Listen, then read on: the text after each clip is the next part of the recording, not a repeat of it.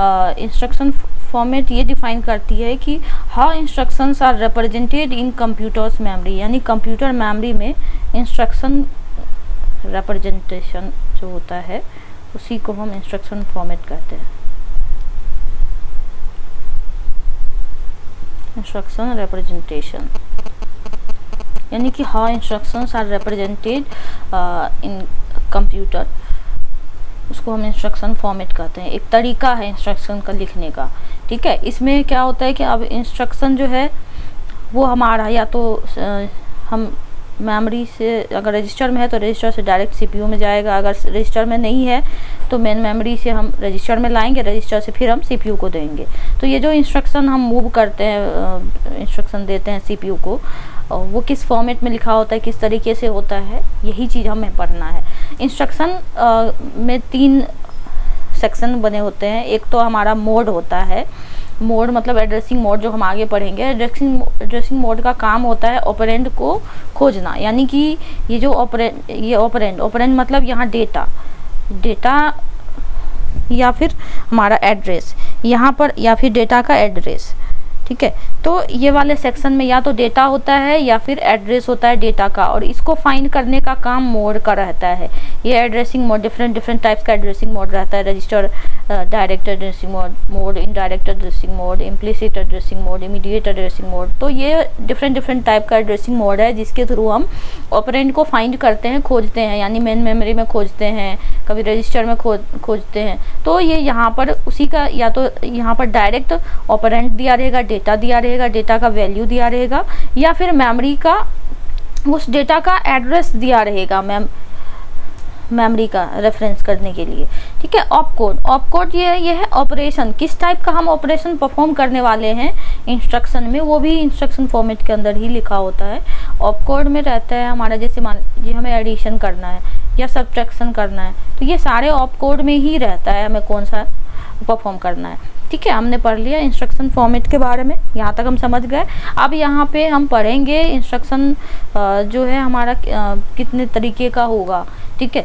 तो यहाँ पर हम पढ़ेंगे टाइप्स ऑफ सीपीयू ऑर्गेनाइजेशन। उसमें क्या रहता है कि इंस्ट्रक्शन फॉर्मेट के बारे में रहता है। सिंगल एक्यूमुलेटर, ये हमारा 1 एड्रेस में आता है, 1 एड्रेस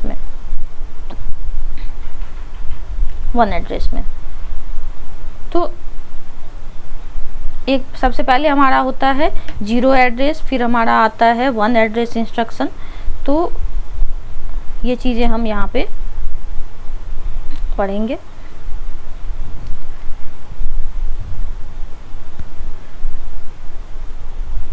यहाँ देखते हैं हम, जैसे 0 एड्रेस में क्या रहेगा, 0 एड्रेस में हमें एड्रेस सेक्शन नहीं रहता है, डायरेक्ट डेटा रहता है दिया हुआ। 0 एड्रेस में डायरेक्ट डेटा दिया हुआ रहता है, इसमें कोई भी एड्रेस नहीं हमें फाइंड करना होता है, यानी कि रेफरेंस नहीं करना है हमको डेटा को, ठीक है। 0 एड्रेस में ये रहता है। और 1 एड्रेस में ये रहता है कि हमें यहाँ पर जैसे कि स्टैक यूज करते हैं, तो ये हमारा 1 एड्रेसिंग में आता है, यानी कि सिंगल एक्यूमुलेटर जो होता है ये हमारा 1 एड्रेस के अंदर आएगा। सिंगल एक्यूमुलेटर ऑर्गेनाइजेशन के बारे में हम पढ़ेंगे। In this organization there is only 1 accumulator register, एक एक्यूमुलेटर रजिस्टर रहता है, इसमें यूज होता है। That holds intermediate data for arithmetic और लॉजिक ऑपरेशन, यानी कि इसमें एक ही इंटरमीडिएट डेटा होता है जिस पर हम अर्थमेटिक और लॉजिक ऑपरेशन परफॉर्म करेंगे। जैसे CPU fetches data from memory, CPU data fetch करती है मेमोरी से इनटू द एक्यूमुलेटर। अब वो सीपीयू में एक्यूमुलेटर सेक्शन होता है, वहाँ डेटा उठा के ले जाती है, परफॉर्म्स द ऑपरेशन, उसके बाद ऑपरेशन परफॉर्म करेगा, फिर then stores result back into the accumulator और रजिस्टर। उसके बाद जैसे ही ऑपरेशन परफॉर्म होगा उसको फिर से एक्यूमुलेटर में भेज दिया जाएगा, यानी कि डेटा एक्यूमुलेटर में भेजा जाएगा, ठीक है। एक्यूमुलेटर में हम डेटा भेज दिए, मान लीजिए हमारा है यहाँ पे 24, ये हम एक्यूमुलेटर में हम डालें। उसके बाद एक्यूमुलेटर में जाने के बाद वहाँ पे जो भी ऑपरेशन होगा परफॉर्म होगा। उसके बाद जैसे ही परफॉर्म हो जाएगा उसके बाद हम एक्यूमुलेटर में उस डेटा को डाल देंगे, वापस से स्टोर हो जाएगी। तो ये हमारा सिंगल एक्यूमुलेटर का काम है, ठीक है, इसमें यही वही स्ट्रक्चर बना हुआ है। जैसे ALU है, मेमोरी से डेटा उठाया, ALU में गया ऑपरेशन के लिए, उसके बाद फिर से डेटा हमारा मेमोरी में चला गया। यानी कि हम यहाँ से इनपुट दिए ALU को, ALU क्या किया, हमारा ऑपरेशन परफॉर्म किया, उसके बाद हमें रिजल्ट दे दिया। ठीक है, एक्यूमुलेटर के अंदर ही ऑपरेशन हमारा परफॉर्म होता है ALU। ठीक है, तो ये रहा। उसके बाद हमारा जनरल रजिस्टर ऑर्गेनाइजेशन आता है। इसमें क्या रहता है कि एक से ज़्यादा रजिस्टर्स यूज होते हैं।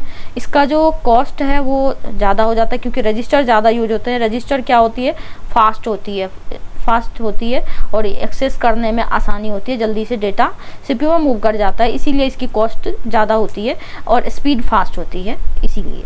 ठीक है, it is use for 2 address और 3 एड्रेस रजिस्टर। ये 2 एड्रेस और 3 एड्रेस रजिस्टर के लिए हम यूज करते हैं। ये सिंगल एक्यूमुलेटर 1 एड्रेस पे यूज होता था, जैसे कि हमने अभी पढ़ा था।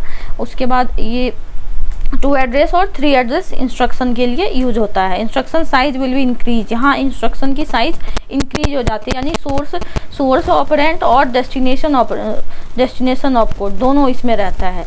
यानी कि यहाँ पर हम देखेंगे जैसे मोड, एड्रेसिंग मोड रहेगा डेस्टिनेशन ऑपरेंड का और सोर्स ऑपरेंड का, फिर सोर्स ऑपकोड का भी, सोर्स डेस्टिनेशन ऑपकोड का भी, इस तरीके से यहाँ रहता है।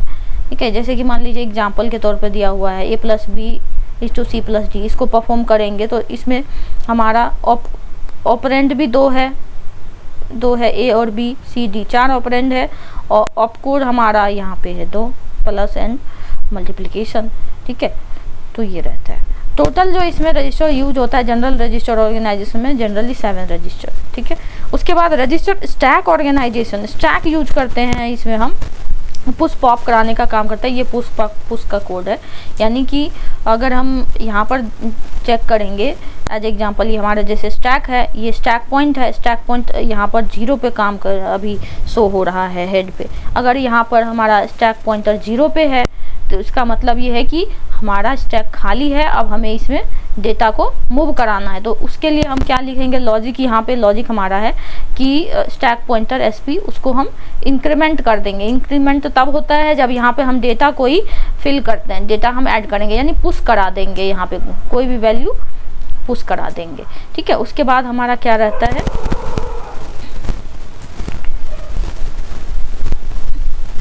उसके बाद हमारा क्या रहता है, जैसे डेटा हम पुश करा देंगे, उसके बाद मेमोरी डेटा रजिस्टर, यानी कि ये डेटा हमारा पुश हम करवा दिए, ये लॉजिक ये है।